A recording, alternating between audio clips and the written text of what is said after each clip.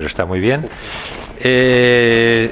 Es doctor en Ciencias Biológicas por la Complutense en el año 77. Sigo centrando en Madrid su biografía porque, aparte de catedrático en la Complutense, no haber abandonado la docencia, pues dirige en Madrid el dentro del Instituto de Salud Carlos III, pues un instituto sobre evolución y comportamiento humanos, muy bien dotado tanto de instalaciones como de equipo investigador. Damos un salto en el territorio y situamos su biografía en Atapuerca. Se incorpora al equipo organizado por Emiliano Aguirre a comienzos de los años 80. Releva a Emiliano Aguirre junto con los otros dos codirectores en el año 91. Él se dedica dentro de Atapuerca a las excavaciones de la Sima de los Huesos. Y bien, a partir de la década de los 90 empiezan los grandes hallazgos en este lugar tan especial, ¿no? Que les hace a ellos y a Emiliano Aguirre recibir el Premio Príncipe de Asturias de Ciencias Sociales de Humanidades en el año de Investigación Científico-Técnica en el año 97. Ahora traemos la biografía a Burgos Capital y tenemos que destacar que junto con los otros codirectores, yo creo que fue en el año 99, al alcalde de la ciudad recién elegido entonces, Carlos Olivares, cuando les pregunta qué puede hacer esta ciudad en el solar de Caballería, pues lanzan la idea y el sueño, en cierto modo, que hemos materializado entre todos, de hacer aquí la investigación, la divulgación sobre Atapuerca y sobre la evolución. Yo creo que eso es una aportación muy importante que hacen a la ciudad de Burgos.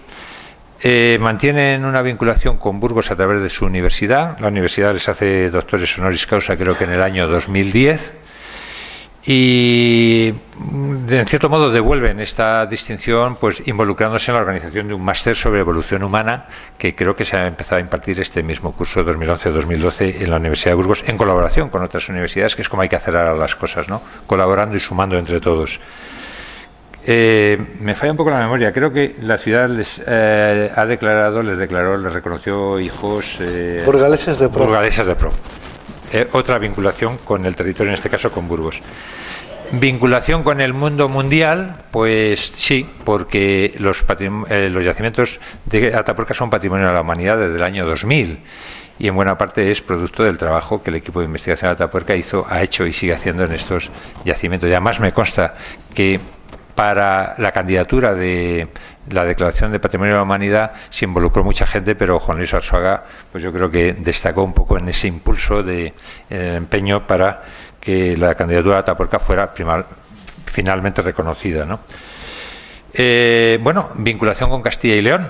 Son premios Castilla y León de Ciencias Sociales, de Humanidades, en el año 97, y no sé cómo explicarlo.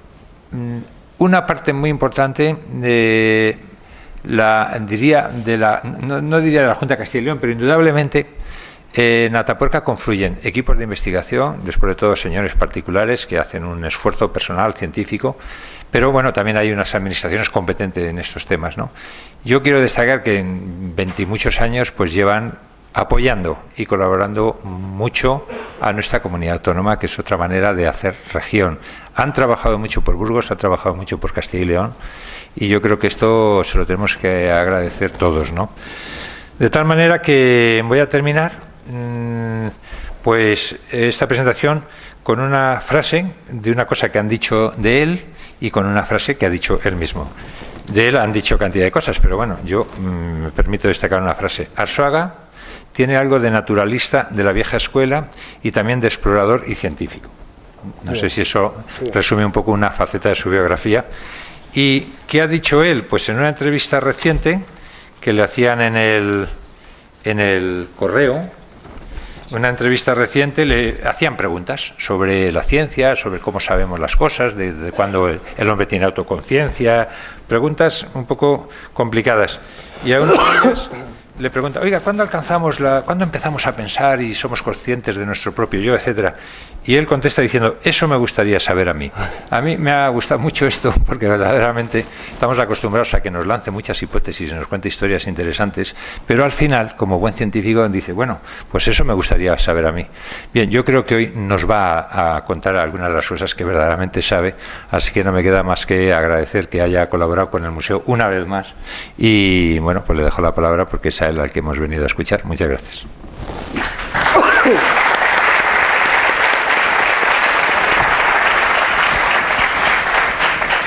Bueno, pues buenas noches. Supongo que funciona el micrófono este. ¿Se me oye? No sé si me oye gracias al micrófono o directamente mi voz. Ante todo, muchas gracias por la presentación, por vuestra asistencia. Además, en un día tan futbolístico. Yo me pregunto por qué tiene tanto interés la gente en ver este partido cuando es de todos conocido que el que va a ganar la competición va a ser el Mirandés. Por lo tanto, pero bueno, puede ser interesante también ver qué rivales va a tener que eliminar en las futuras rondas. De todas formas, dará tiempo para que tengas curiosidad de ver quiénes serán los próximos derrotados. Acabaremos pronto y habrá tiempo. Me parece que no funciona el de solapa, a lo mejor. Mejor que me siente.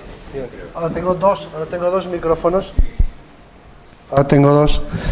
Bueno, pues no os habéis perdido tampoco nada con mis palabras anteriores, porque no había empezado aún la conferencia. Simplemente os he agradecido vuestra asistencia, como siempre, vuestro interés y vuestro apoyo y vuestra colaboración en este proyecto colectivo de todos, que es la búsqueda de nuestros orígenes y, en fin, y la investigación en este lugar privilegiado, en el que los privilegiados somos naturalmente los que tenemos la suerte de trabajar de la Sierra de Atapuerca.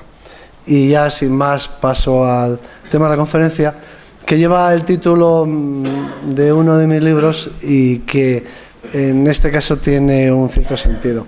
La primera diapositiva es esta, que es la primera publicación sobre el genoma de los neandertales del año 1997, cuando se secuenció por primera vez parte del genoma, en este caso del genoma mitocondrial, no del genoma nuclear. En muy pocos años se ha avanzado muchísimo y después de esta publicación se secuenció el genoma humano, el de la especie actual, completo, y ahora podemos incluso secuenciar de cualquiera de nosotros a un coste que no es excesivo, y esto da la medida de la velocidad a la que se avanza en las técnicas científicas y de investigación.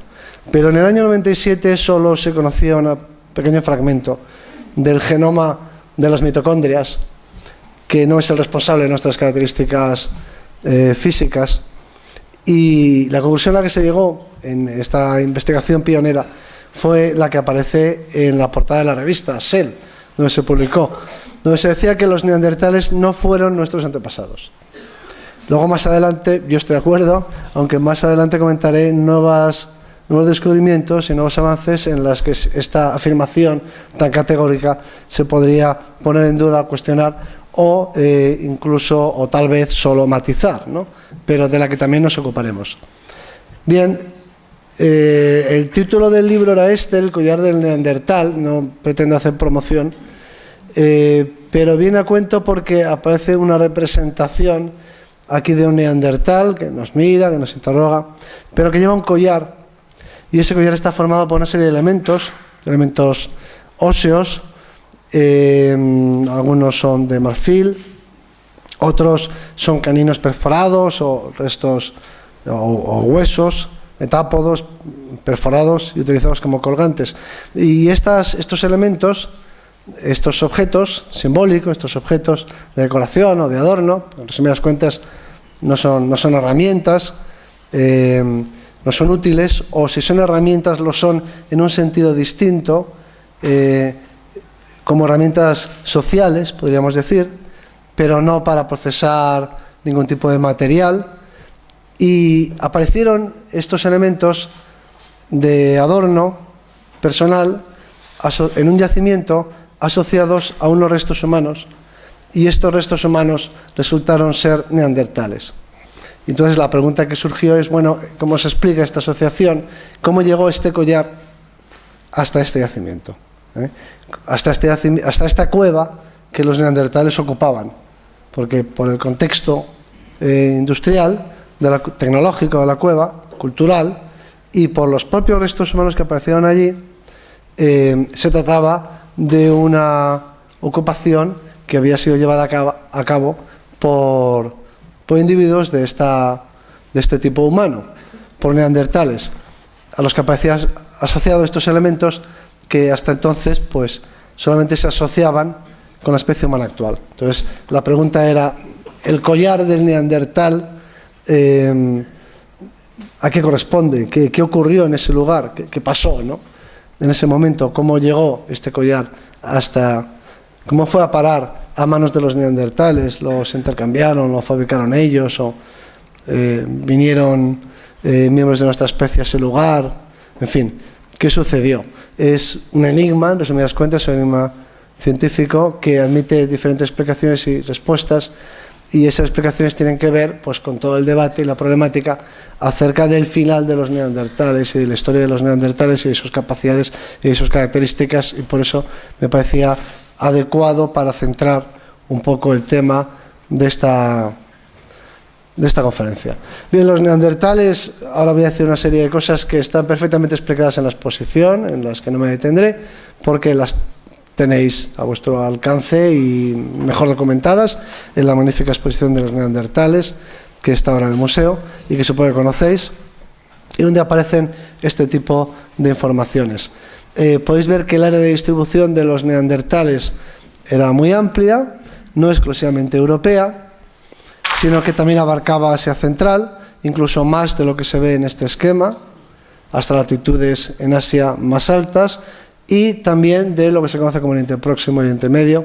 Así que los neandertales fueron una especie que vivió, hasta donde sabemos, en Europa. Luego veremos que es ahí donde se originó, pero que se extendió fuera de Europa por Asia, ocupando una parte considerable del continente asiático, el Asia Occidental y el Asia Central como mínimo, y quizá también en Siberia. Bueno, esta es una viñeta gráfica un poco para hacer referencia a la cuestión que todo el mundo se pregunta, que es la de por qué se extinguieron los neandertales, y que para mí es una experiencia casi cotidiana. Cada vez que doy una conferencia sobre los temas más variopintos, que muchas veces no tienen nada que ver con los neandertales y que estoy hablando de otros temas totalmente aparentemente alejados, cuando llega el turno de las preguntas y del coloquio, pues la primera que siempre se me formula es todo lo que usted nos ha contado acerca pues del parto, de la alimentación en la evolución humana, está muy bien, pero la que me gustaría que nos explicara es por qué se extinguieron los neandertales. Así que ya sé que esa pregunta me va a tocar contestarla, y siempre suelo contestar la pregunta diciendo esa es una pregunta que requiere una contestación larga y por lo tanto necesitaría dar una conferencia para poder contestarla. Bueno, en este caso no me puedo escapar y tengo que dar la conferencia esa que normalmente eludo, diciendo que me llevaría mucho tiempo poder abordar esa cuestión. Bueno, pues aquí disponemos de ese tiempo. Este neandertal, que es una reconstrucción muy simpática, que aparece en una exposición muy importante que ahora mismo existe en Roma con motivo del segundo centenario de la independencia de Italia, de la unificación de Italia. Hay una exposición sobre la evolución humana que se llama Homo sapiens, donde, por cierto, están representados los yacimientos de la Sierra de Atapuerca, exposición que va a itinerar luego por el país, por Italia, pero ahora mismo está en Roma. Así que si se acercan por ahí, en el Palacio de Exposiciones de Roma, se encuentra esta magnífica muestra en la que Atapuerca tiene un papel destacado. Y hay una serie de reconstrucciones de homínidos de diferentes especies, y entre ellas la de este neandertal, y a su lado aparece esta imagen, me la ha enviado el autor de la escultura, de la reconstrucción, el artista, es una foto simpática, y lo que dice es el último de los neandertales, este neandertal ya mayor, veterano, dice que no me encuentro muy bien, tengo la sensación de que me voy a extinguir muy pronto, dice. Y a lo que le contesta este paleoartista, le dice, un pequeño esfuerzo sería suficiente, un pequeño paso evolutivo,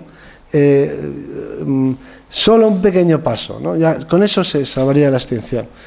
Pero lo que está pensando es, mucho me temo que he llegado demasiado tarde. Bueno, pues esta es un poco la historia. Claro, esta pregunta de por qué se extinguieron los neandertales se formula ahora, en nuestros días, porque ha cambiado radicalmente nuestra percepción acerca de la especie. Antiguamente la pregunta no tenía mucho sentido. Aquí, por ejemplo, tenemos unas reconstrucciones de la vida de los neandertales realizadas por un autor, un húngaro llamado Burian, un gran artista de la prehistoria, de la paleontología, pero que en sus reconstrucciones reflejaba el pensamiento o la idea que la ciencia, no los artistas, sino que la ciencia tenía acerca de cómo era la vida de los neandertales y cómo eran ellos mismos. Lo que durante mucho tiempo había sido paradigma acerca de los neandertales, y no hace falta que me extienda muchos detalles para ver que se les presenta, bueno, pues como una especie que conoce el fuego, una especie humana, que conoce el fuego, que caza, incluso a grandes piezas, pero que tiene un aspecto mucho más primitivo al nuestro. Y lo que se quiere entender es que son, por decirlo de una manera muy sencilla y directa, netamente inferiores a nuestra especie. Así que la pregunta de por qué se extinguieron los neandertales sería como preguntarse por qué el Barcelona pues le ganó por goleada a un equipo, vamos a decir, de Qatar, para no herir sensibilidades. Pues le ganó de esa forma tan abrumadora y con tanta facilidad. Pues la respuesta en esta época era, en el caso de Barcelona, es porque es superior en todas sus líneas, jugador por jugador, en cuanto a organización y estilo de juego, técnica, en fin, en todos los conceptos del juego, y en consecuencia realmente no tenía color esa competencia. La superioridad era tan manifiesta que casi es ridículo preguntarse por qué un equipo profesional pues le puede ganar a un equipo aficionado, aunque hemos visto en el caso de Mirandés que no siempre es tan evidente la superioridad, sino que hay que ejercerla, ¿no?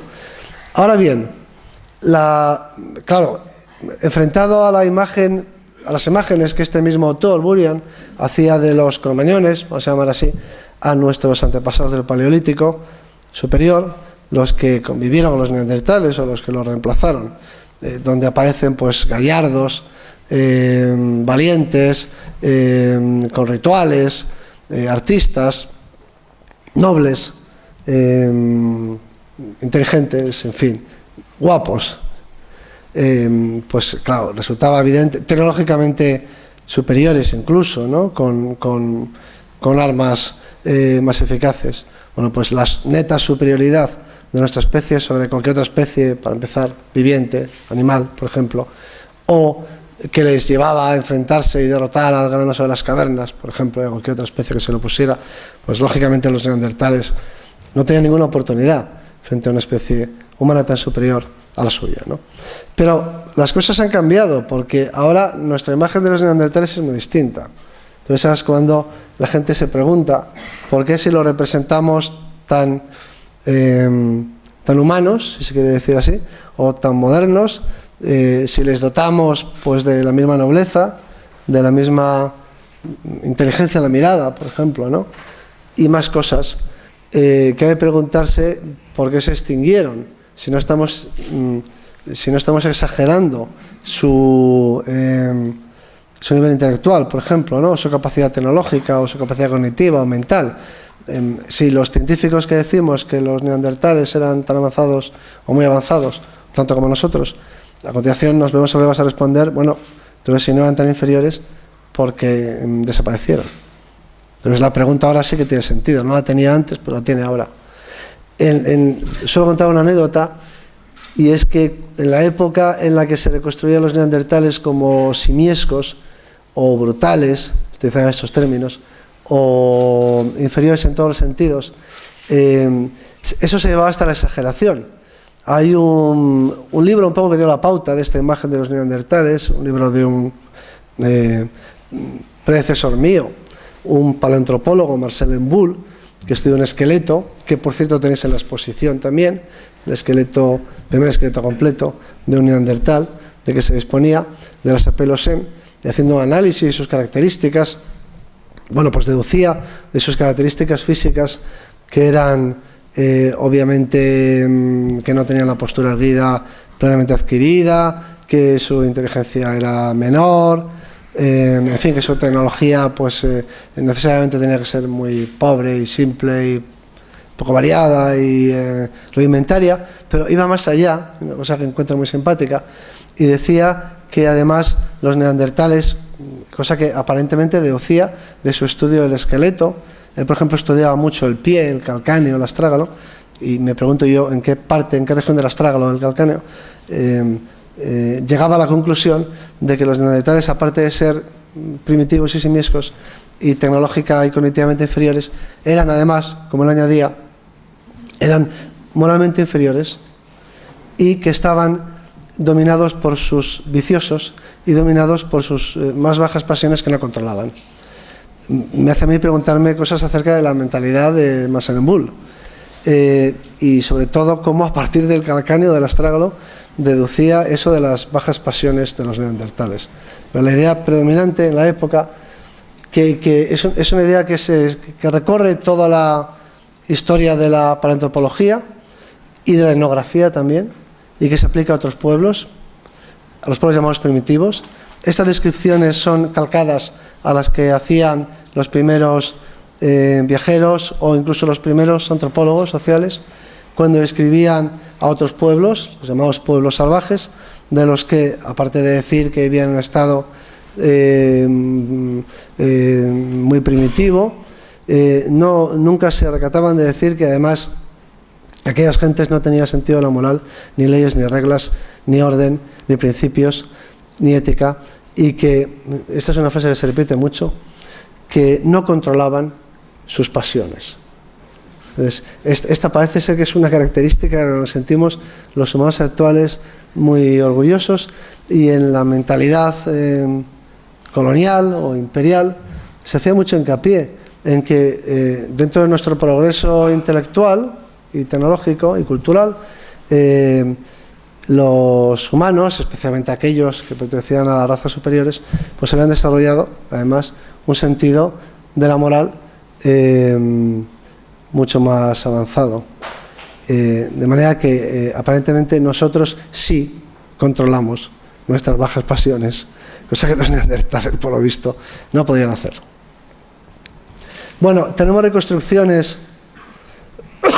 Cuento esto como un ejemplo de cómo se proyectaba sobre los neandertales una serie de prejuicios que en realidad eran prejuicios que en gran parte eran de carácter social, cultural, étnico, ideológico, y presentaban a los neandertales como representantes extinguidos de las razas inferiores, que todavía pues algunas habían sobrevivido hasta nuestros días, ¿no? Trasladaban ese paradigma etnográfico al pasado y nos presentaban a nuestros parientes como inferiores en todo, incluyendo en su organización social. Bien, en cuanto a su aspecto físico mucho más inteligente o moderno, tenemos amplia información. Esta es una reconstrucción, es un hecho, esto no se puede discutir. Estamos en condiciones de reconstruir, aparte de la anatomía, se puede hacer con todo rigor y podemos perfectamente hacernos una idea de qué aspecto tendrían. Un aspecto como el que vemos aquí. Bueno, ahora tenemos que ir un poco al pasado de la ciencia, de la prehistoria, remontarnos al principio de todo esto, al descubrimiento de la evolución y al hombre que hizo ese descubrimiento, o el principal de los investigadores o de los científicos que descubrieron la evolución, en los términos en los que hoy en día se conoce, y que fue Charles Darwin, que en su famosa obra El origen de las especies se limitó a decir, en relación con el origen del hombre, que se arrojará luz sobre el origen del hombre y sobre su historia, y no dijo nada más. Así que no trató la cuestión de nuestros orígenes en esa obra, en ese libro, y hay debate y discusión, lo hubo durante su propia vida, acerca de por qué eludió este debate. Y el propio Darwin daba argumentos contradictorios, pero no entraremos en esa discusión en este momento.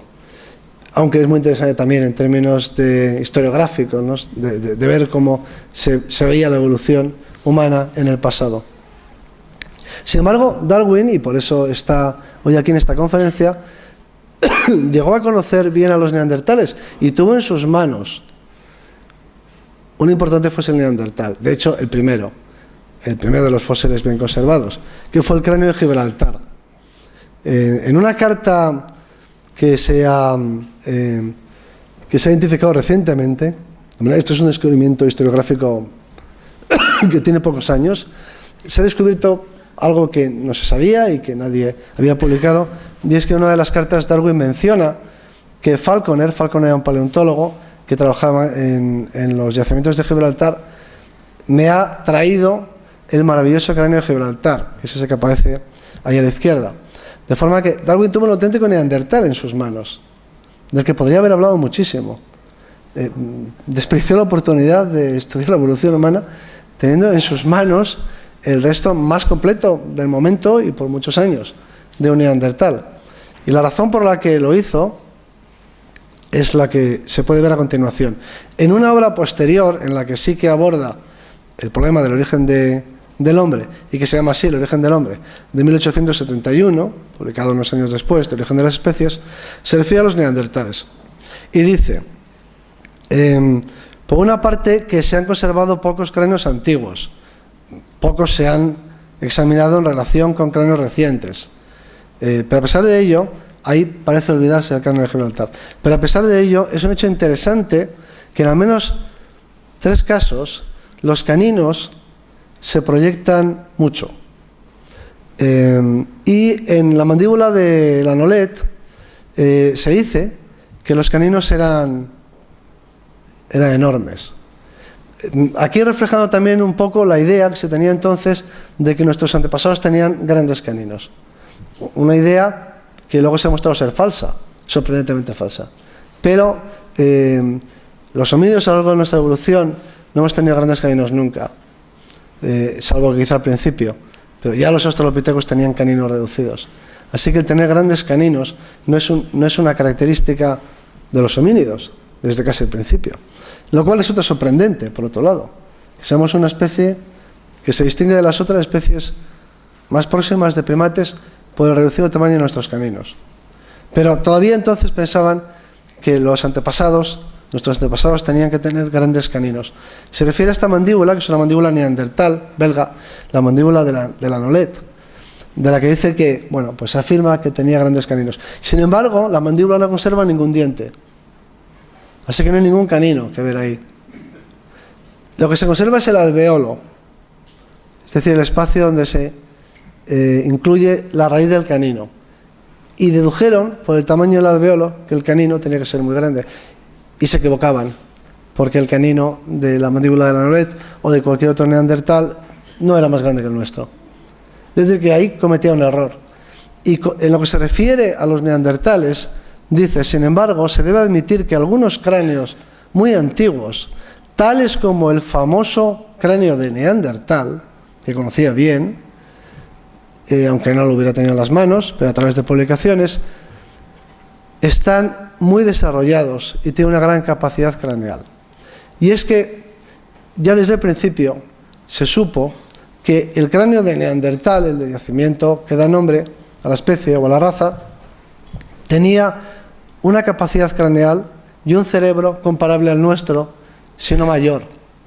Y eso era lo que le hacía a Darwin descartar a los neandertales como esa forma intermedia que él buscaba para explicar la evolución humana, con esa prueba de que nosotros habíamos evolucionado, esa forma intermedia entre el hombre y el simio, que sería la prueba definitiva de nuestra evolución, a partir de unos antepasados muy primitivos. Los neandertales no valían como fósil intermedio entre nosotros y los simios, porque el tamaño del cerebro de los neandertales era comparable al nuestro, o incluso mayor. Por lo tanto, Darwin era consciente de que no podía presentar a los neandertales como el eslabón perdido que él necesitaba para documentar la evolución humana. Y efectivamente, ya desde Darwin, a pesar de lo que luego dijo Bull acerca de sus inferioridades cognitivas o mentales, incluso morales, pero siempre se supo que el cerebro de los neandertales no era inferior al nuestro. Bueno, voy a decir, aunque sea 3 cosas, acerca del origen de los neandertales para entenderlos mejor, a los neandertales, y para centrar el problema.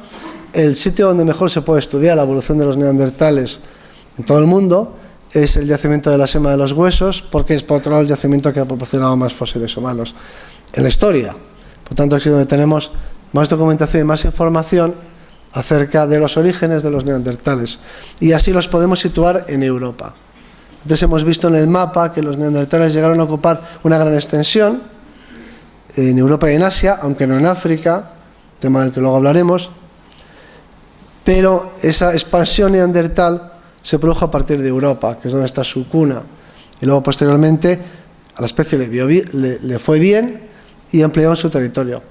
Con esto lo que quiero decir es que los neandertales fueron una especie con éxito, una especie que tuvo éxito, una especie triunfadora.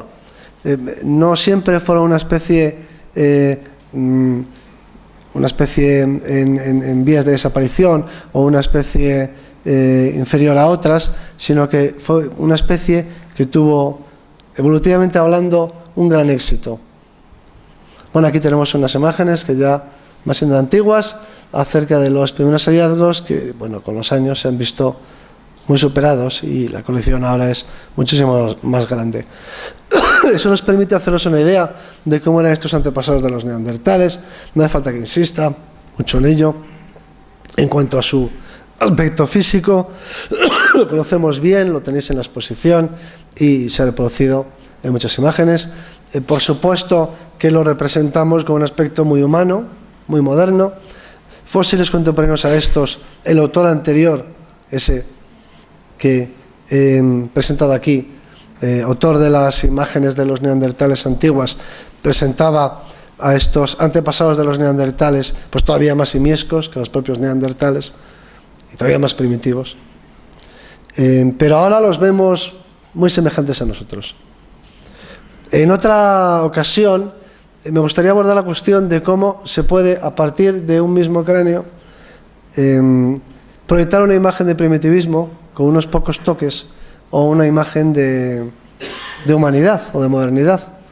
De manera que a partir de un esquema de base se puede, modificando algunos caracteres, dar una imagen u otra, dar una impresión u otra.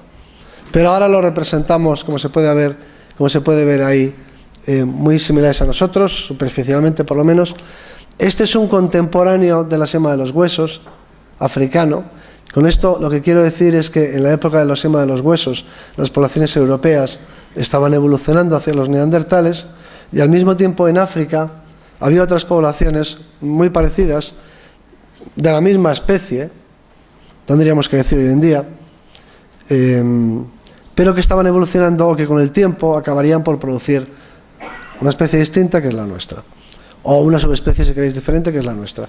De forma que simplemente este es el origen de unos y de otros. En Europa, bueno, pues unas poblaciones que la Sema de los Huesos representan mejor que otras, que con el tiempo dará lugar a los neandertales, y en África unas poblaciones muy similares, pero que más adelante, en lugar de evolucionar en la dirección de los neandertales, desarrollan otras especializaciones distintas y dan lugar a la humanidad actual. Cuando comparamos los esqueletos de la Sema de los Huesos con un esqueleto humano actual, aunque haya grandes semejanzas, acabamos de ver la semejanza entre aquellos humanos y nosotros, por lo menos una semejanza así superficial o general del aspecto físico, que si entramos en detalles pues iríamos encontrando diferencias, pero hay grandes diferencias muy evidentes en el diseño, en la morfología, en las proporciones corporales.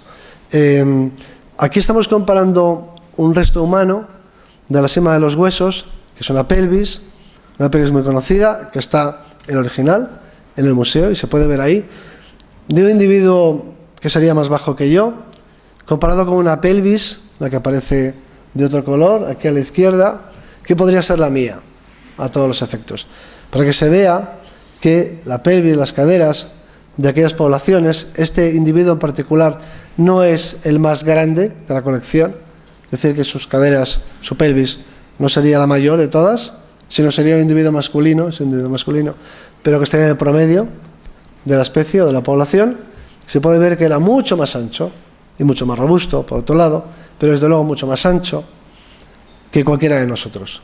Es decir, aquí sí que hay una diferencia morfológica, bueno, pues muy evidente, muy obvia, y que percibiríamos inmediatamente si nos encontrábamos frente a un neandertal. Esta es una de las razones por las que jamás se podrá hacer una buena película de neandertales, porque no hay forma de caracterizar a un neandertal, no hay forma de caracterizar, y ahí es donde se ven las diferencias, a un humano actual para que parezca un neandertal. No lo hay en cuanto al cráneo, pero se puede simular. Fijaros esa frente plana que tienen los humanos de esa época del Pleistoceno medio, tanto aquí en Europa como en África, esas frentes subidizas que se hacían antes, esas frentes inclinadas, y comparemos esa frente con la de cualquiera de nosotros. En un ejercicio que yo hago muchas veces en clase, porque de puro evidente lo pasamos por alto, pero si nos miramos unos a otros, mis alumnos son muy vergonzosos y les cuesta trabajo hacerlo, pero si nos miramos unos a otros descubriremos, deberíamos hacerlo con asombro, que tenemos una frente vertical, levantada, como si fuera un frontón, y eso que nos parece lo normal, sin embargo es una singularidad de nuestra especie y somos la única en todo el reino animal que tiene esa configuración, de manera que los neandertales tenían una frente plana o baja, y eso no hay forma de modificarlo por medio de prótesis, excepto si se cubre de pelo o con un gorro. De manera que si yo quisiera convertir a cualquier humano actual, cualquier burgalés o madrileño o vasco, lo que fuera, en un neandertal, pues tendría que inmediatamente taparle la cabeza, taparle la frente, porque nuestras frentes verticales son únicas. No se encuentra nada parecido en toda la evolución humana. Y eso es un rasgo que salta a la vista. Pero eso se podría cubrir.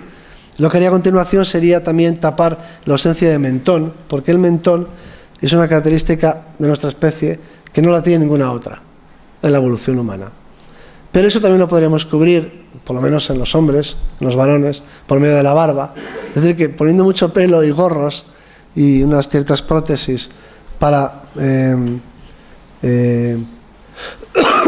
crear un torus probitario, podríamos disimular la morfología del cráneo, pero no habría forma de hacerlo con la morfología del cuerpo, porque no hay manera de ensanchar el tronco, no hay forma de separar los fémures, no hay forma de hacer más anchas las caderas. Una cosa muy sorprendente es que los humanos de la especie más actual, tenemos las caderas estrechas, incluso los más fuertes. Lo que se hace en los documentales de neandertales es poner gente muy musculosa, sacada de los gimnasios, por ejemplo, que han desarrollado mucho su musculatura, con frecuencia, o en algunos casos por lo menos, con la ayuda de algunas sustancias, pero que les dan una gran masa muscular. Pero si os fijáis en sus caderas son estrechas, son muy fuertes de tronco, tienen grandes espaldas, si queréis, tienen grandes bíceps, buenos abdominales, pero cuando miramos a sus caderas son muy estrechitas, y sus piernas, por lo tanto, nos parecen también pues que son muy estrechas. En los neandertales eso no ocurría así, y tampoco en las poblaciones que dieron lugar a los neandertales y que también originaron a nuestra especie. Las caderas eran muy anchas y el cilindro corporal también lo era, y eso no hay forma de disimularlo, no hay manera humana. Así que se puede hacer una reconstrucción en forma de escultura o con un dibujo, pero no hay manera de crear un neandertal y ponerlo a andar con prótesis, añadiendo cosas, porque no hay forma de modificar la locomoción ni modificar la anchura del tronco. Esto es una diferencia muy importante. Y este también es un rasgo de nuestra especie que es único. Somos una especie de homínido de caderas estrechas. Eso tiene como consecuencia importante la dificultad en el parto, pero esa es otra historia. Mira, tenemos una comparación entre mi pelvis, la mía es la de la izquierda, y Elvis, que es como se llama esta pelvis de la sema de los huesos, donde podéis ver que la anchura del tronco es francamente más grande. Bueno, lo mismo sucede en los neandertales, En los neandertales no se produce ese estrechamiento de las caderas, de las pelvis, ese estrechamiento del tronco, del cilindro corporal, sino que mantienen la anchura del cuerpo. Aquí tenemos a la derecha el esqueleto de Achapelosén, a la izquierda pues una parte importante del esqueleto de un neandertal, que es el de Guevara, en Israel, y además ocurre en todas partes. A lo largo del área de distribución de los neandertales, todos los neandertales en todas partes tienen el mismo patrón corporal. No es una característica de unas poblaciones neandertales exclusivamente, sino que se encuentra siempre en todas partes.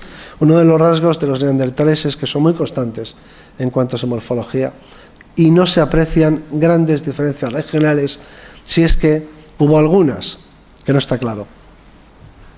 Bien, eso es lo que se quiere representar aquí. El cilindro, el cuerpo humano se puede asimilar a un cilindro, si se quiere, un cilindro que tiene un diámetro de sección y que tiene una altura. Los neandertales eran mucho más anchos, como se puede ver, y eran también más bajos que nosotros. Y eso es lo que está representado, bien representado en las esculturas y reconstrucciones que gente como Daines hace para los museos, donde se pueden modificar la forma del cuerpo para darle la apariencia que se desee. Esta configuración afecta la relación entre la superficie y el volumen corporal, que a su vez tiene que ver con la termorregulación y la disipación o conservación del calor corporal. O sea que son unas variables que están relacionadas con la temperatura corporal, con la necesidad de conservarla en climas fríos, con la necesidad de disiparla en climas cálidos. De forma que el somatotipo tiene alguna relación climática. Pero en todas las especies anteriores a la nuestra, el somatotipo es ancho, el cilindro corporal es ancho. Unas especies son más altas y otras son más bajas. Y los neandertales, además de conservar esa anchura, acortaron su estatura y se hicieron más bajos. Para que os hagáis una idea, en las clasificaciones antiguas de las razas humanas, como se decía antes, se hacían separaciones o divisiones de los pueblos en función de su estatura. Se utilizaban en estas clasificaciones, se utilizaba como variable el promedio masculino de estatura, es decir, la estatura promedio de los varones. Y así, aquellas poblaciones que tenían un promedio de estatura masculina por debajo del 1,50 m se consideraban pigmeas. Y hay pueblos pigmeos en la Tierra en la actualidad. Aquellas poblaciones que tenían un promedio masculino de estatura entre 1,50 m y 1,60 m se consideraban bajas. Aquellas que estaban entre 1,60 m y 1,70 m de promedio masculino de estatura se consideraban medianas, y las que tenían un promedio de estatura masculino por encima del 1,70 m se consideraban altas, y cuanto más arriba, pues más altas. Bien, pues los neandertales estarían en el límite superior de los bajos, si se quiere, mejor dicho, el límite superior de los normales, cerca del 1,70 m, o entre el 1,60 m y el 1,70 m, y sus antepasados pues estarían en el límite superior de esa categoría o en el límite inferior de la categoría de altos. Por lo tanto, los neandertales no eran pigmeos, ni siquiera eran bajos en la clasificación racial de la diversidad humana actual. No pertenecían a los de por debajo del 1,50 m, ni tampoco a los de por debajo del 1,60 m. Estarían por debajo del 1,70 m como promedio, seguramente, por lo tanto, pues serían normales las clasificaciones modernas y no llegarían a altos, si se quiere. Pero su estatura era esa. Bueno, como las comparaciones siempre se hacen entre varones, aquí ponemos una comparación, si se quiere un poco exagerada tal vez, entre una mujer neandertal y una mujer sapiens. La mujer neandertal sería más musculosa, más baja y con las caderas más anchas. Y esos son rasgos que se aprecian muy bien en las reconstrucciones que se hacen con todo rigor, como las espléndidas que exhibe este museo, y que son difíciles de llevar al cine, salvo en un cine de animación, ¿no?, en el que los personajes estuvieran diseñados con un ordenador, pero no se puede hacer a partir de actores añadiéndoles cosas. Bueno, pues aquí tenemos un neandertal masculino, muy fuerte, muy ancho, digamos no alto, en esa categoría de los medianos, de las clasificaciones raciales antiguas, y aquí tenemos una reconstrucción de la forma de su cabeza a partir del cráneo, que nos muestra cómo eran, sin mentón, con la frente más plana y con algunas otras diferencias, pero menores. Así que, al final, no son iguales a nosotros, los neandertales físicamente. Hay diferencias muy notables, pero tampoco eran simiescos o primitivos. Era una especie humana, eran unas personas, si queréis decirlo así, parecidas a nosotros, pero no iguales. Bueno, hay muchas características que los antropólogos estudian, que aparecen en el esqueleto y que se encuentran repartidas por todo el esqueleto, de manera que son muy fáciles de identificar los neandertales cuando aparecen en los yacimientos. Eso es lo que muestra su diferencia con respecto a nosotros. Y por supuesto tenemos un registro fósil en la península ibérica, no puedo dejar de lado la oportunidad de decirlo, en el que se incluyen fósiles tan importantes como este burgalés, este yacimiento burgalés de Valdegova, que está en la exposición, el original, los originales, y que podéis ver ahí, y que son fósiles que dan mucha información. Y aún dará más. Otros fósiles españoles que se conocen. Y aquí tenemos unos fósiles que, bueno, están aquí porque nosotros, el equipo de Atapuerca, los hemos estudiado, de un yacimiento valenciano, que es el yacimiento de Coma Negra, que ha proporcionado restos fragmentarios, pero restos de muchos individuos, entre los que se encuentran muchos restos infantiles. Es un ejemplo de una población mediterránea de neandertales. Aquí estuvo también Enrique Baquedano explicando las excavaciones que se llevan a cabo en un yacimiento madrileño, en la Sierra de Madrid, que también ha proporcionado restos neandertales. Bueno, como he dicho antes, los neandertales son diferentes de nosotros, quizá no tan diferentes como se podría o como algunas personas esperarían, pero todos, en todo caso, claramente distintos, y lo son desde la más tierna infancia. En fin, rasgos o diferencias que normalmente en paleontología conducen a la consideración de sus poseedores como de una especie distinta. De manera que, en términos paleontológicos, los neandertales son lo suficientemente distintos en tantas características y en todas las épocas de su vida como para que en la práctica normal paleontológica, si no fueran una especie tan cercana a la nuestra, nadie discutiría que merecen un nombre específico propio. Así que si se tratara de osos, indiscutiblemente nadie pondría en duda que pertenece a una especie paleontológica distinta.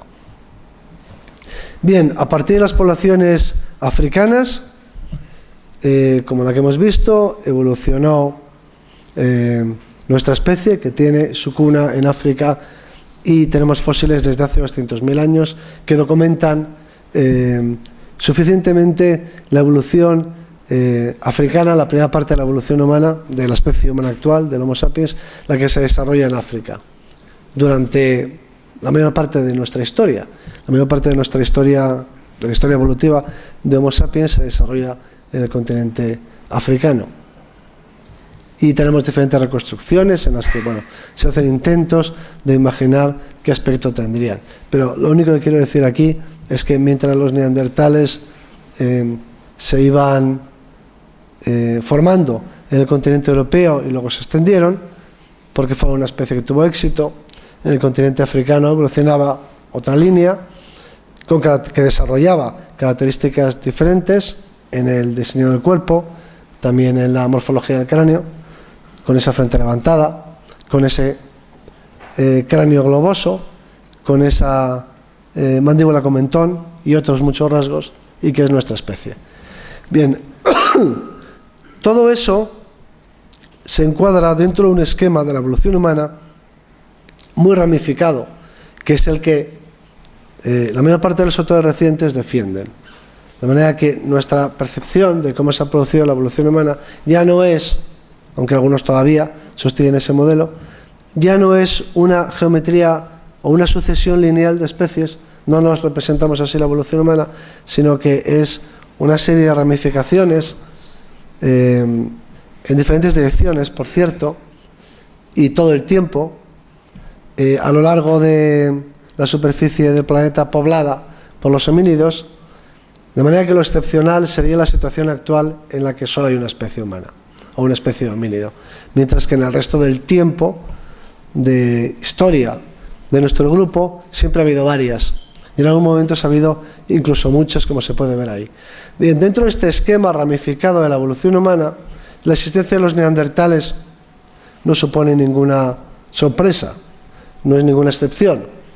Es una especie de homínido local o euroasiática, mientras que en África hubo otras, y mientras que en Asia Oriental había otras, y en Indonesia otras, y demás. Así que dentro de un esquema ramificado, lo esperable es que en los diferentes territorios del viejo mundo, pues existieran al mismo tiempo diferentes formas de humanidades. Volviendo a la primera diapositiva, la del año 97, cuando se secuenció un fragmento de la mitocondria de los neandertales, el esquema al que se llegó, esta imagen procede de esa misma publicación, nos muestra a los neandertales como un grupo separado de las poblaciones humanas actuales. De manera que quedaría claro, y de ahí ese título de la portada, que los neandertales son una cosa distinta de la nuestra, una rama distinta y separada que finalmente se extinguió. Aquí tenemos una comparación entre un neandertal, un cráneo neandertal y un cráneo cromañón. De hecho, el cráneo del yacimiento de Cromañón directamente, para que se vean sus diferencias y también sus semejanzas, si queréis. Y aquí tenemos una comparación entre ese mismo cráneo de Cromañón y un cráneo neandertal, en este caso un neandertal distinto, ya un viejo conocido, el del esqueleto de la Chapelle-Osen. Y abajo aparece un esquema extraído de una publicación reciente, en la que se indica, y ahí se puede ver, por medio de esas flechas, en la que se indica que algunos genes neandertales habrían sobrevivido en algunas poblaciones humanas actuales. En las poblaciones asiáticas actuales, no en las europeas, por lo que sabemos hasta ahora, ni tampoco en las africanas, donde no era esperable, puesto que los neandertales nunca convivieron con los sapiens o con los representantes de nuestra especie. De forma que desde la publicación del 97 y por parte de los mismos autores, una secuenciación mucho más completa o casi completa del genoma neandertal ha aportado esta nueva información, la de que algunos genes pasaron, y la única forma de pasar es por cruzamiento, por uniones, teniendo hijos, a algunas de las poblaciones que existen en la actualidad, humanas, en una proporción muy pequeña, eso sí, de un 2, de un 4%. Y esos genes habrían persistido no en Europa, donde los neandertales convivieron con más tiempo con nuestros antepasados y con los primeros sapiens que llegaron, ni tampoco en África, donde nunca estuvieron en contacto las dos humanidades, sino en Asia, que es la región en la que la coincidencia fue menor, y esto a su vez pues, requiere una explicación, y hay algunas hipótesis que tratan de explicar este curioso hecho, porque a priori habríamos apostado a que de haber pervivido genes neandertales en alguna población mundial, esa población habría sido la población europea, porque fue aquí en Europa donde se produjo el desenlace de este drama y la extinción de los neandertales, también en el resto del mundo, pero donde la convivencia se supone que fue más larga, por lo tanto hubo más oportunidades y más tiempo, donde las poblaciones estuvieron más entremezcladas, donde hubo más ocasiones para que se intercambiaran genes fue en Europa. Sin embargo, donde se encuentran los genes neandertales es en Asia, y algunas poblaciones tan alejadas del mundo de los neandertales como en Nueva Guinea, por poner un ejemplo ya extremo y remoto. Que haya más genes neandertales en Nueva Guinea, por ejemplo, que en Europa, con la península ibérica, hasta donde sabemos ahora, pues es un descubrimiento sorprendente y que requiere, bueno, pues una explicación que todavía pues no existe ninguna totalmente satisfactoria. Pero en todo caso pondría de manifiesto que los neandertales eran capaces de tener hijos con los sapiens o viceversa.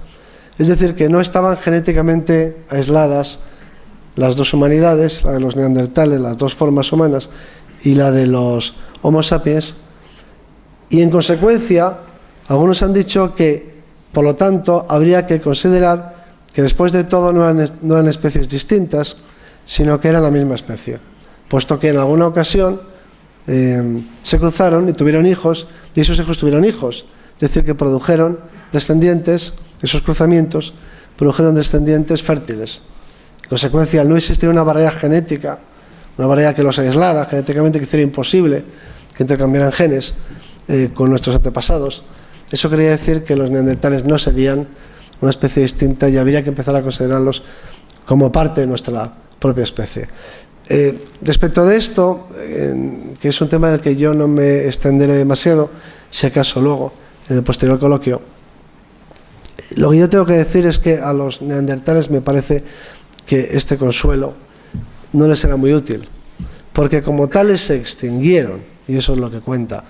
Las poblaciones que viven en la actualidad no son el resultado de la fusión entre los neandertales y los sapiens, es decir, que no presentamos características que resultan de una mezcla de los genes de los neandertales con los nuestros. No somos medio sapiens, medio neandertales, somos completamente sapiens, aunque algunas poblaciones humanas actuales tengan algunos genes que quizá, muy pequeña cuantía, que quizá procedan de los neandertales. Desde el punto de vista de su trayectoria evolutiva, los neandertales desaparecieron y ya no existen y ya no están entre nosotros, y por lo tanto paleontológicamente son una especie extinguida, y la especie que prevaleció fue la nuestra. Por lo tanto, los neandertales no forman parte de nuestra especie en la actualidad, aunque podamos tener algunos genes que procedan de ello. Y añado además que encontrar algunos genes de los neandertales en nuestra especie es lo esperable, porque cuando dos especies están muy próximas evolutivamente hablando y se ponen en contacto, lo habitual es que haya una pequeña cantidad de flujo génico. Así que en circunstancias excepcionales, en áreas de contacto, en regiones fronterizas, especies cercanas, como pueden ser, por ejemplo, los coyotes, pongo por caso, y los lobos, pues se cruzan y tienen descendencia fértil, pero que no afecta a la historia evolutiva de las especies. En ocasiones, los osos blancos tienen descendientes con los osos pardos en Alaska y en Norteamérica, y eso no hace que sean la misma especie. Los bisontes europeos y los bisontes americanos se pueden cruzar y tienen descendientes fértiles, y sin embargo no lo hacen por razones geográficas, desde luego, pero en todo caso nadie los considera la misma especie, y así podríamos seguir pasando revista a todas las especies que pertenecen a un mismo género. Cuando dos especies están muy emparentadas entre sí, cabe la posibilidad de que los genes puedan fluir en las dos direcciones, y eso ocurre en condiciones excepcionales, pero no tiene ninguna trascendencia evolutiva. Por lo tanto, como entidades históricas se las puede considerar especies distintas, porque el destino final de una o de otra no depende para nada de esos intercambios, de esos flujos de genes.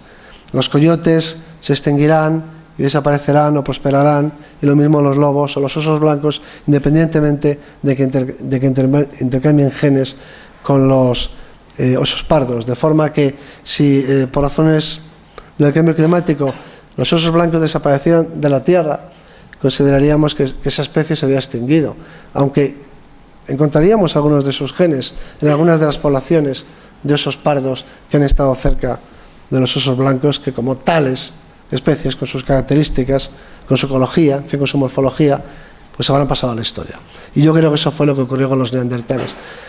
Toda esta argumentación lo que pretendía era demostrar que sigue vigente la pregunta de por qué se extinguieron los neandertales, porque si se les considera una especie distinta, podemos plantearnos esa pregunta. Si se considera que los neandertales, después de todo, se cruzaron con los sapiens, pues podríamos pensar que en consecuencia no se han extinguido, sino que están aún entre nosotros.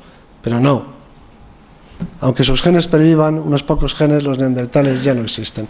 Hay otros argumentos a favor de que se produjo hasta un cierto punto de intercambio genético entre unos y otros.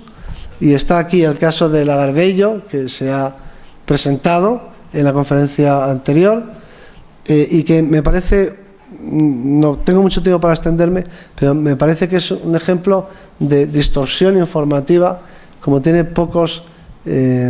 pocos ejemplos en la historia de la comunicación científica o de la divulgación científica. El niño este de Lagarbello en Portugal es conocido a nivel popular como, o es tenido por un híbrido entre neandertales y cromañones. De manera que si uno hace una encuesta entre los aficionados a la evolución humana y a la prehistoria, pues resultará que la mayor parte de la gente piensa que este niño tenía un padre neandertal y una madre cromañona, o un padre cromañón y una madre neandertal, hasta el punto de que incluso en los medios anglosajones se habla de él como el hijo del amor. Se ha utilizado este término para referirse a él. Hijo del amor, se entiende por hijo del amor lo que aquí llamamos un hijo natural, un hijo no legal, un hijo de extranjis.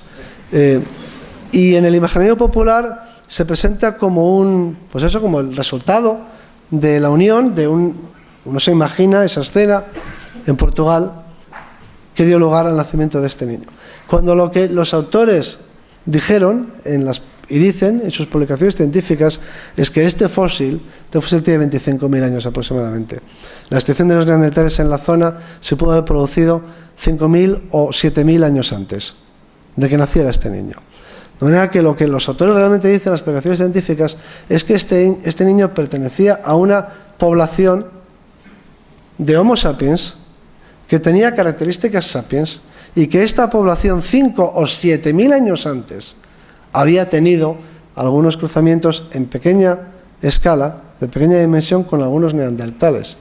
Entonces, la diferencia es tan abismal entre considerar que es un híbrido y la realidad, que es la de que es un Homo sapiens que pertenece a una población en la que sus antepasados, que eran sapiens, en su práctica totalidad, 7.000 años antes, uno de ellos o una de ellas tuvo un hijo con un neandertal o con una neandertala, pues es algo completamente diferente.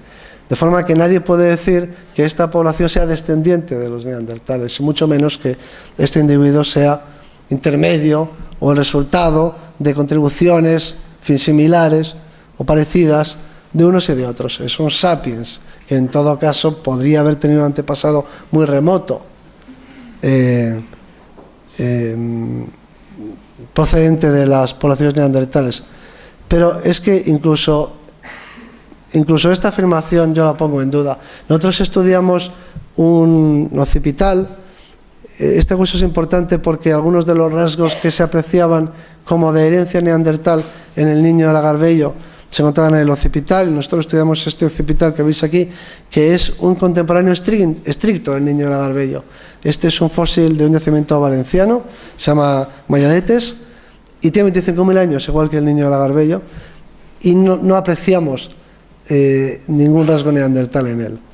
De forma que, ¿qué habría quedado de los neandertales incluso en el supuesto de que en esa población portuguesa local hubiera algún gen neandertal? Pues nada. Bueno, entonces, una vez que hemos dejado claro que los neandertales desaparecieron y se extinguieron, tiene sentido hacerse la pregunta de por qué se extinguieron. O no, porque la extinción de la especie no es ningún acontecimiento excepcional. Todas las especies se extinguen, todas. El 99,999, podéis seguir diciendo nueves hasta mañana por la tarde, de las especies de la biosfera que han existido en la historia de la vida han desaparecido. Solamente algunas de ellas han desaparecido de una forma más dulce, que es evolucionando, es decir, convirtiéndose en otra especie. Pero ha desaparecido a fin de cuentas, aunque se convirtieran en otra.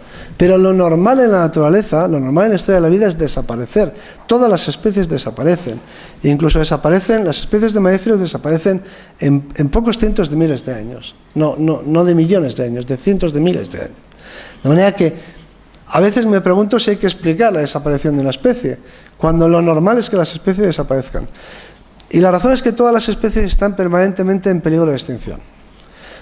Algunas especies las hemos llevado los seres humanos a ese peligro inminente de extinción, y por eso es así como lo anunciamos. Una especie que está en peligro de extinción, decimos, porque tiene muy pocos efectivos, debido a la destrucción de su hábitat, por ejemplo, o a la caza por parte de los seres humanos. Pero todas las especies están todo el tiempo en peligro de extinción, constantemente. Sin ir más lejos, la nuestra. Por la genética sabemos que la especie humana actual, el Homo sapiens, atravesó por un cuello de botella, que se llama así, una pérdida drástica de diversidad genética, es decir, por una crisis que se produjo antes de que saliéramos de África, seguramente, hace 70.000 años, en la que la especie Homo sapiens, que llevaba ya más de 100.000 años existiendo, estuvo a punto de desaparecer. Nosotros estuvimos a punto de desaparecer hace 60.000 o 70.000, 80.000 años, seguramente también en más ocasiones sin que intervenía ninguna otra especie que sepamos humana. De forma que podríamos habernos extinguido hace 70.000 años, cuando la población de la especie Homo sapiens se redujo pues quizá a 2.000 o menos individuos, sin que hubiera pasado nada, y no estaríamos aquí. Y no estaríamos planteando este problema. Así que la nuestra no ha sido una especie inmune al peligro de extinción. Estuvimos a punto. Unos autores, a partir del análisis de los cuellos de botella, que muestra los estudios genéticos, indican que hemos atravesado varias de esas crisis. Es decir, que hemos estado a punto de extinguirnos solos, sin necesidad de competir con otra especie humana cercana, varias veces cuando todavía vivíamos en África. Y si nos hubiéramos extinguido, nada de esto estaría ocurriendo ahora. Así que el que una especie se extinga es algo tan corriente y tan normal, y hay tantas razones para extinguirse, climáticas, ecológicas, de todo tipo, que la extinción de los neandertales quizá no habría tampoco por qué planteársela tan en serio, ¿no? ¿Por qué se extinguieron? Pues como nos pudimos haber extinguido nosotros. Pero planteémonos la extinción de los neandertales. Evidentemente, hubo cambios climáticos muy importantes en la Europa de los neandertales que podrían haber diezmado y producido cuellos de botella, como le acabo de mencionar, en la población neandertal, que los podrían haber llevado directamente a la extinción, o prácticamente a la extinción. De forma que cuando los cromañones, o el Homo sapiens, llegó a Europa, podríamos imaginar que Europa estaba prácticamente despoblada de neandertales. Por lo tanto, la presencia humana quizá no fue un factor decisivo, o no fue un factor tan importante como el que nos estamos imaginando. Hay algunos autores que sostienen que por razones ecológicas, de origen climático, naturalmente, y causadas por las glaciaciones, los neandertales por sí mismos podrían haberse extinguido tranquilamente y no habría pasado nada. Las poblaciones neandertales, en los momentos más fríos que tuvieron que atravesar, eran muy poco numerosas. No hay cálculos muy exactos de cuántos neandertales vivían en Europa, pero algunos estudios apuntan a cifras, podría mencionar algunos trabajos de paleodemógrafos, de algunos apuntan a que en momentos de gran actividad o de gran intensidad del frío glacial, la población neandertal en Europa probablemente no pasaba de 15.000 individuos, de forma que una población tan reducida en tamaño que estaba, solo por eso, en peligro de extinción por sí misma. Aquí tenemos un ejemplo en el que mostramos una serie de especies adaptadas al frío, bueno, algunas de las cuales se extinguieron directamente, como los mamuts y como los rinocerontes cuando cambió el clima, y otras sobrevivieron, como el reino, el antílope saiga, el buidomezquero, el zorro ártico. Pero los neandertales no están en esta lista, porque los neandertales no son una especie ártica, aunque algunos autores afirman que tenían adaptaciones a ese medio ártico, pero no tanto como para considerarlos una especie ártica. Aquí podemos ver en esta imagen que los neandertales clásicos, para referirnos a los más característicos y típicos y a los últimos, atravesaron especialmente por un momento frío, que se corresponde a ese número 4, una época en la que hizo mucho frío, y se redujo mucho su hábitat, y se redujo mucho su población, y atravesaron un cuello de botella, y que su extinción es posterior a ese momento frío. Su extinción se produce dentro de un periodo frío, pero no extremadamente frío, dentro de lo que se conoce como un interestadio, es decir, no corresponde a uno de las épocas en las que es mayor la deforestación, por ejemplo. Así que los neandertales podrían dicen algunos autores, haberse visto muy mermados en sus poblaciones en esa época 4 que vemos ahí, en ese momento muy frío, habrían quedado reducidos a unos pocos refugios donde habrían sobrevivido. Y luego, en el siguiente periodo, que seguía siendo frío, aunque no extremadamente frío, no un máximo glacial, pero de todas formas frío, o sea, no muy favorable, pues sus poblaciones seguramente no habrían podido recuperarse y expandirse y recolonizar los territorios que habían perdido, y directamente se redujeron mucho o directamente se extinguieron, sin que la llegada o la presencia de nuestra especie tenga que ver con ese hecho. Bien, los neandertales, podríamos decir en contra de eso, tenían tecnología y capacidades suficientes como para sobrevivir, dicen otros autores, a estos periodos fríos, a estas épocas frías. Aquí tenemos una curva de encefalización que nos muestra más o menos los cambios en la forma del cuerpo y en el grado de desarrollo cerebral, podemos decirlo así, para contestar a otra posible explicación de la desaparición de los neandertales, dentro del conjunto de explicaciones en las que la llegada de nuestra especie se considera un factor decisivo. Es decir, en qué éramos superiores y en qué eran inferiores.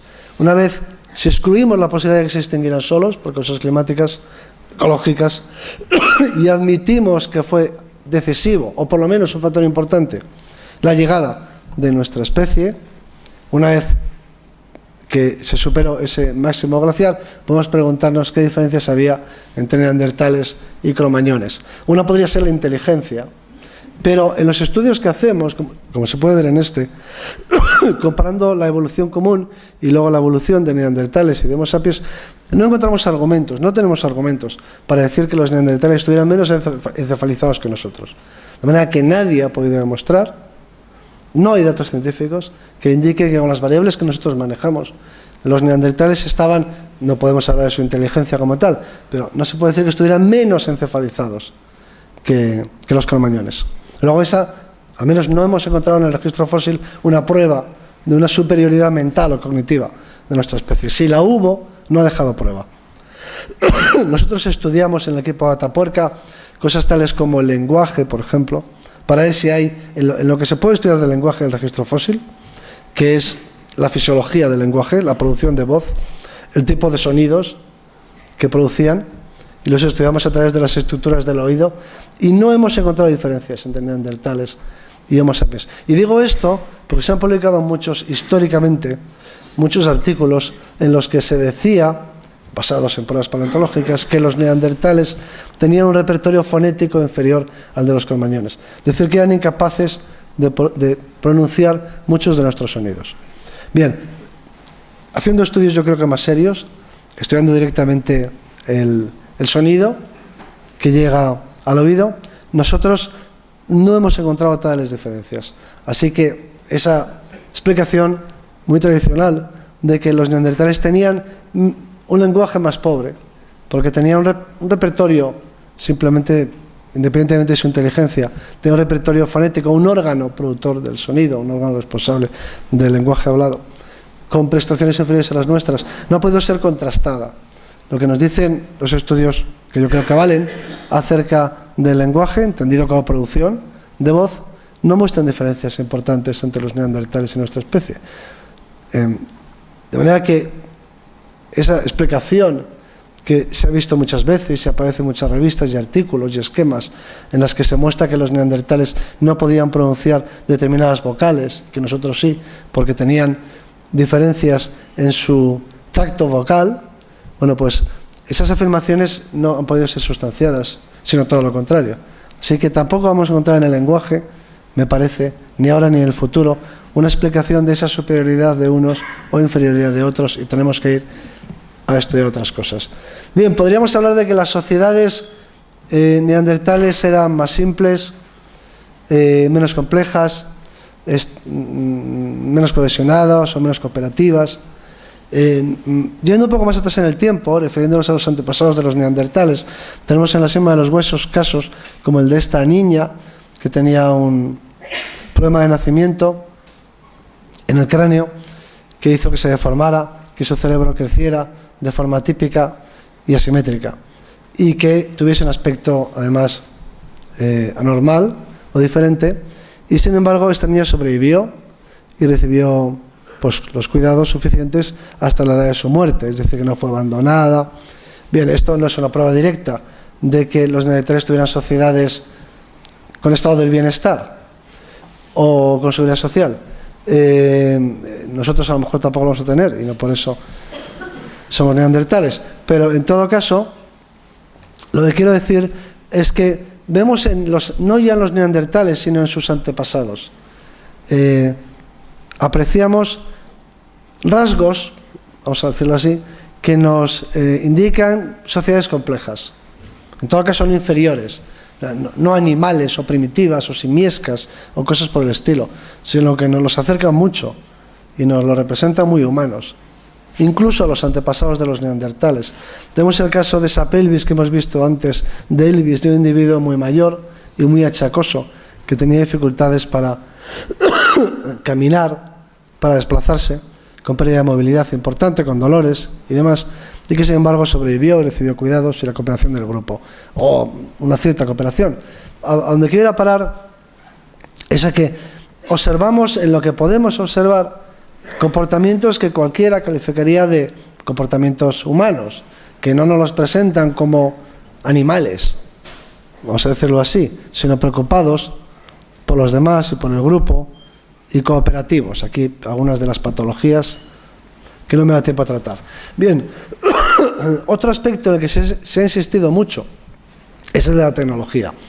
Y se considera que nuestra especie, y ya voy a ir acabando, que nuestra especie era muy superior tecnológicamente a la de los neandertales. Aquí presento el caso de un yacimiento que es el de la Cova del Conde, en el que estamos trabajando, en el que han aparecido dientes humanos en un contexto musteriense, es decir, en un contexto neandertal, de neandertales. Es una ocupación de neandertales anterior a la llegada de los cromañones, no muy anterior, pero anterior en el tiempo, por lo que sabemos, a la llegada de los cromañones, con una tecnología neandertal, con restos humanos como estos dientes de leche, que tienen suficientes rasgos como para identificarlos como neandertales, y que ha proporcionado también esta cueva industria ósea, que es un tipo de tecnología que se consideraba exclusiva de los cromañones y que manifestaba nuestra superioridad tecnológica y hasta cognitiva con respecto a los neandertales. De manera que estas puntas talladas en asta de ciervo, que podríamos clasificar como azagallas, que preceden en el tiempo a las azagallas que se encuentran en los yacimientos de los cromañones, apuntarían a que no existió tal inferioridad tecnológica por parte de los neandertales.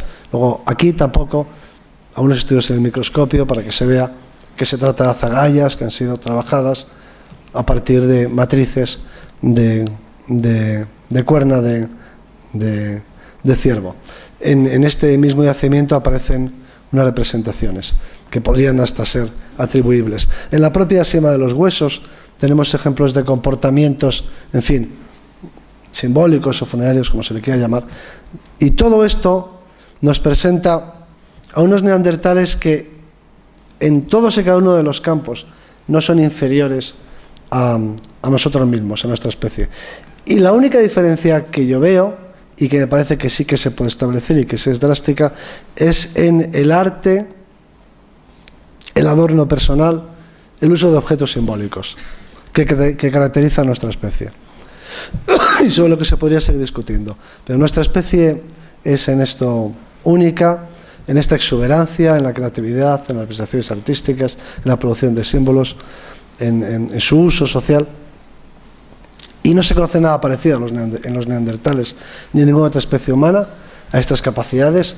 Ni siquiera una cosa tan simple como esta se ha encontrado nunca en los yacimientos de Atapuerca, pongo por caso. Algo tan simple, estos son una australiana que lleva unos caninos perforados o con un surco para atarles una cuerda, son unos caninos de cocodrilo. El caso de decoración más simple que yo podría presentar aquí. De manera que es impensable imaginar a cualquier ser humano que no utilice algún tipo de objeto de adorno, que se llaman así, pero en realidad son objetos de uso personal para la comunicación y para la transmisión de información, aunque sean tan rudimentarios como este. Y nada de esto se conoce, por ejemplo, los yacimientos de Atapuerca, donde cubrimos un periodo de 1,5 millones de años. Y nunca ha aparecido nada que se parezca a un colgante. Bien, volviendo al título de la presentación, esta pudo ser la escena que se llevó a cabo en ese yacimiento donde apareció el collar de Neandertal. Aquí tenemos una escena de neandertales que aparecen junto con Homo sapiens, junto con cromañones. Los neandertales no están adornados, los cromañones están profusamente adornados, y aquí se produce un intercambio, por ejemplo, de un objeto que podría ser un colgante. La explicación sería, por lo tanto, que los neandertales no tenían estos objetos simbólicos, no se comunicaban a través de ellos, no tenían esa mente diferente, que es la nuestra, tan creativa, que es capaz de utilizar, bueno, pues los símbolos para construir identidades, alianzas, relaciones, y para representar cualidades y principios, ideales y demás, y que en los neandertales pues nunca se dieron o no se dieron con la misma intensidad. Es decir, y para terminar, es impensable, o a mí por lo menos me resulta impensable, que los neandertales se concentrasen delante de un televisor en un campo de fútbol para animar, padecer y gozar y disfrutar con unos colores con los que se sienten identificados o que consideran que lo representan. A mí me parece que esto es lo específicamente humano. O, dicho en otras palabras, y ya para terminar, lo que nos diferencia de ellos, para lo bueno y para lo malo, es que yo no puedo imaginarme a un neandertal con una bandera, mientras que no puedo imaginarme a un ser humano sin algún tipo de identificación grupal o ideológica o social, o del tipo que sea, que no se exprese a través de algún tipo de objeto que representa esa idea y ese grupo. Y esta capacidad tan sui generis y delirante, si se quiere, de nuestra especie, de identificar objetos con ideas, y que nos sirve para unirnos y para dividirnos, para las dos cosas, en aquellas tierras heladas en las que se produjo el encuentro entre unos y otros, fue el que le otorgó a nuestros antepasados la diferencia o la superioridad o una mayor eficacia a la hora de sobrevivir en aquellas circunstancias hostiles sobre los neandertales. Y bueno, pues lo que queda ahora es ir a ver este partido. Muchas gracias.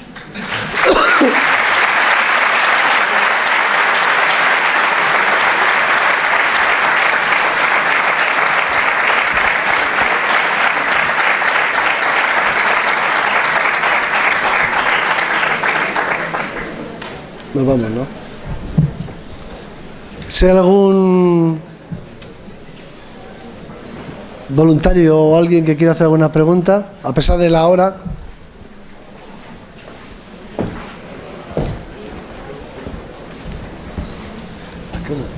¿Hay algún micro? ¿A qué hora ha empezado? Laura.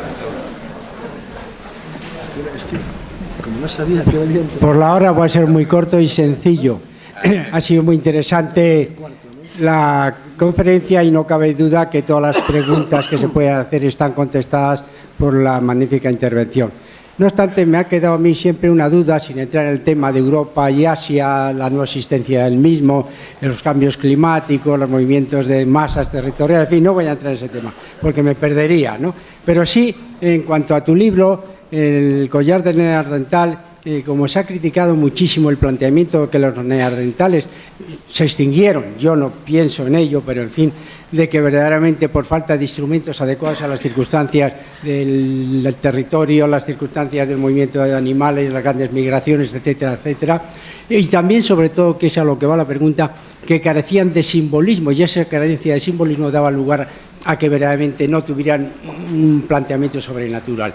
Consecuencia de ellos, el collar, ¿qué representa? Un instrumento de carácter más bien emotivo, de lucha y recompensa de los enemigos de animales que se habían cazado, o era un simbolismo. Bueno, yo no creo que la cuestión del simbolismo sea una cuestión de todo o nada. Si fuera una cuestión de todo o nada, sería más fácil de explicar. Pero desgraciadamente no es así, lo que lo hace más confuso. Quiero decir que yo estoy convencido de que los neandertales tenían capacidad simbólica. Si no, tendrían lenguaje. El lenguaje humano es comunicación simbólica. Por lo tanto, no puede darse directamente si no hay una mente simbólica. Una mente que es capaz de asociar ideas o información a sonidos, si no es capaz de codificar, ¿no? Entonces, los neandertales, a mi juicio, no tenían. Sí tenían esa capacidad. Lo único que creo, y cada vez estoy más convencido, es que en nuestra especie el desarrollo de esa capacidad ha sido mucho mayor. De manera que nosotros hemos incluso superado lo que en sí mismo es esa capacidad. A lo que yo voy es, por decirlo de una forma sencilla, no es algo delirante la naturaleza humana. En otras palabras, no va mucho más allá de lo que consideramos razonable. Cuando hablamos de los neandertales como inferiores, yo me referiría a ellos como más prácticos, para entendernos. Las cosas que nos pasan, que tienen que ver con nuestra forma de ser, para entendernos. Y esa forma de ser tiene que ver muchas veces con fanatismos, con identificaciones, que son identificaciones de grupo, en torno a símbolos muy esquemáticos y muy burdos, que son capaces de movilizar enormes energías sociales, en fin, y por lo tanto nos hacen manipulables. Ese entusiasmo con el que abrazamos causas que ni siquiera comprendemos, simplemente por identificación con objetos. En otras palabras, nuestra forma de ser no es algo excesiva, extrema, pues eso, delirante, casi enferma, por decirlo de alguna forma. Bueno, pues ese punto que hay en nosotros de exceso, vamos a decirlo así, que va mucho más allá de aquello para lo que en principio estas capacidades deberían haber surgido, ¿no? Las capacidades simbólicas, cuando surgieron, sirvieron para la comunicación social, sirvieron para que la gente se transmitiera conocimientos, información, unos individuos con otros, pero también emociones, que compartieran cosas, lo razonable. Si imaginamos en qué contexto ha nacido y ha evolucionado nuestra capacidad simbólica, nos imaginamos contextos en los que eso tiene una utilidad inmediata, es decir, que sirve para relacionarse la gente dentro de un grupo, para informarse unos a otros, para intercambiar experiencias y recuerdos, para transmitir conocimientos, para enseñar cosas acerca de la tecnología, en fin, para el tipo de cosas con las que estas capacidades pues pudieron haber nacido porque tienen sentido adaptativo, harían a los grupos más eficaces y más cohesionados, en fin, y por lo tanto más competitivos frente a otros grupos. Pero más allá de eso, no hay en nuestra naturaleza algo que nos lleva a lo excesivo, a lo extremo, a lo exagerado.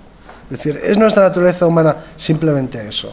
Lo que nosotros hacemos con el lenguaje y con los signos, aparte de comunicarnos amigablemente o informarnos unos a otros, o compartir, o condolernos cuando hay una desgracia, o manifestar nuestro pesar, o nuestro cariño, aquello para lo que uno puede imaginar que nació el lenguaje y la capacidad. ¿Es eso todo en el ser humano? ¿O no hay en el ser humano, además, un grado extremo de fabricación de símbolos, de producción de símbolos y de identificación con ellos, que lleva a la formación de grupos unidos, incluso enfrentados más allá de la sangre, quiero decir.